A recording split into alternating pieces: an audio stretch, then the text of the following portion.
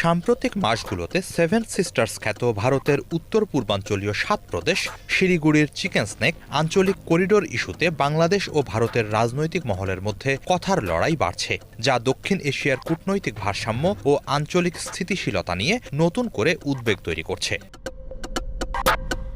ভারতের মূল ভূখণ্ড থেকে সেভেন সিস্টার্স বিচ্ছিন্ন করার ব্যাপারে বাংলাদেশের দিক থেকে একের পর এক হুমকি বা ইঙ্গিত অব্যাহত থাকলে ভারত চুপ থাকবে না বলে হুঁশিয়ারি দিয়েছেন আসামের মুখ্যমন্ত্রী হেমন্ত বিশ্ব শর্মা। ভারত থেকে বিচ্ছিন্ন করে সেভেন সিস্টার্স দখলের ধারাবাহিক আহ্বান বাংলাদেশের নীচ মানসিকতার প্রতিফলন বলে মন্তব্য করেছেন তিনি। হেমন্ত বলেন, গত ১ বছর ধরে বাংলাদেশ থেকে ভারতের নর্থ ইস্টকে তাদের সঙ্গে একীভূত করার আহ্বান জানিয়ে যেসব বক্তব্য আসছে, বাংলাদেশের জন্য তা কল্পনা করাও ভুল।